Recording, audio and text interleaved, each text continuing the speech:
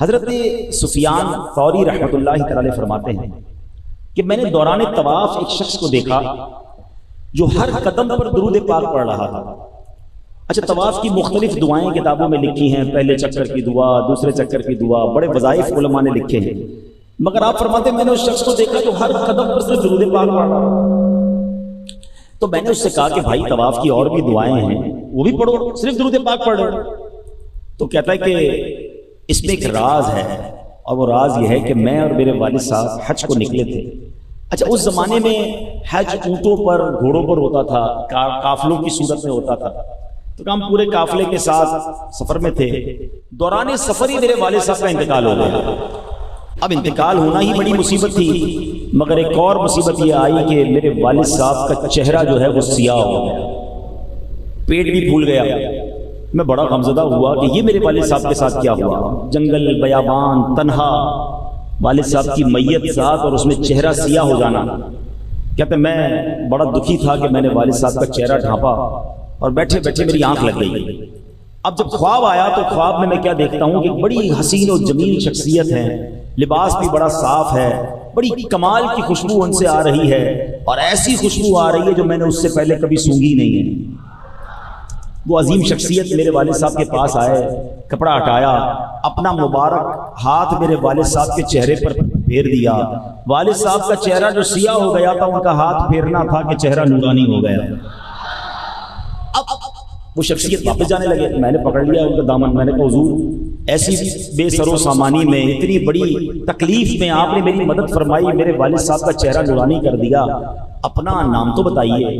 اللہ اکبر۔ وہ شخصیت کہتے ہیں مجھے نہیں پہچانتے، میں ہی تو تیرا نبی محمد رسول اللہ صلی اللہ تعالی علیہ وسلم ہوں، تیرے والد سے بڑے گناہگار، مگر یہ مجھ پر کثرت سے درود پاک بھی پڑھا کرتے تھے۔ جب یہ بیماری میں مبتلا ہوئے تو انہوں نے مجھ سے فریاد کی، بے شک جو کوئی میرا امتی درود پاک کثرت سے پڑھتا ہے میں اس کی فریاد سنتا۔ اب نوجوان کی آنکھ کھل گئی، یہ سارا ماجرا تو خواب میں ہوا تھا، مگر وہ کہتا ہے جب میں نے والد صاحب کے چہرے سے کپڑا ہٹایا تو چہرہ 14ویں رات کے چاند کی طرح چمک رہا تھا۔ اللہ اللہ۔ کہتا ہے حضور مسئلہ یہ ہے، اس لیے درود پاک پڑھ رہا ہوں، مجھے لگ پتا گیا ہے، مجھے سمجھ لگ گئی ہے کہ درود پاک ایسا وظیفہ ہے کہ اگر بندہ اس کو تھام لے تو زندگی میں بھی کام آتا ہے، مرنے کے بعد بھی کام آتا ہے۔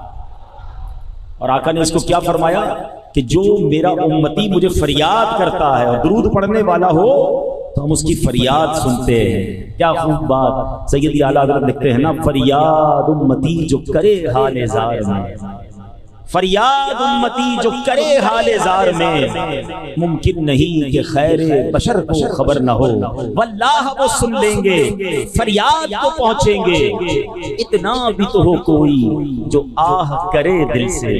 تو ہمیں دل سے فریاد کرنی ہے، آقا علیہ السلام پر درود پاک کی کثرت کرنی ہے۔ آج بھی وہ غلاموں پر مہربانی فرماتے ہیں، نبی پاک کی خاص نگاہ کرم جسے مل جائے اس کے سارے بگڑے کام سنور جاتے ہیں۔ ہاں وہ شاعر نے کہا نا، یاد رکھو اگر اٹھ گئی ایک نظر، ہاں ایک نظر ہی چاہیے بس، آقا نے توجہ فرمانی ہے، ہمارے سارے دختر ٹھیک ہو جانے ہیں۔ یاد رکھو اگر اٹھ گئی ایک نظر، جتنے خالی ہیں سب جام بھر جائیں۔ اللہ وہ نگاہ عنایت ہمیں بھی عطا فرمائے۔ حاضر ہے در دولت پہ گدا، سرکار توجہ فرمائے، محتاج نظر ہے حال میرا، سرکار توجہ فرمائیں۔ آئیے مل کر محبت کے ساتھ باواز بلند درود پاک پڑھ لیں، صلو علی الحبیب صلی اللہ تعالی علی محمد صلی اللہ علیہ وسلم۔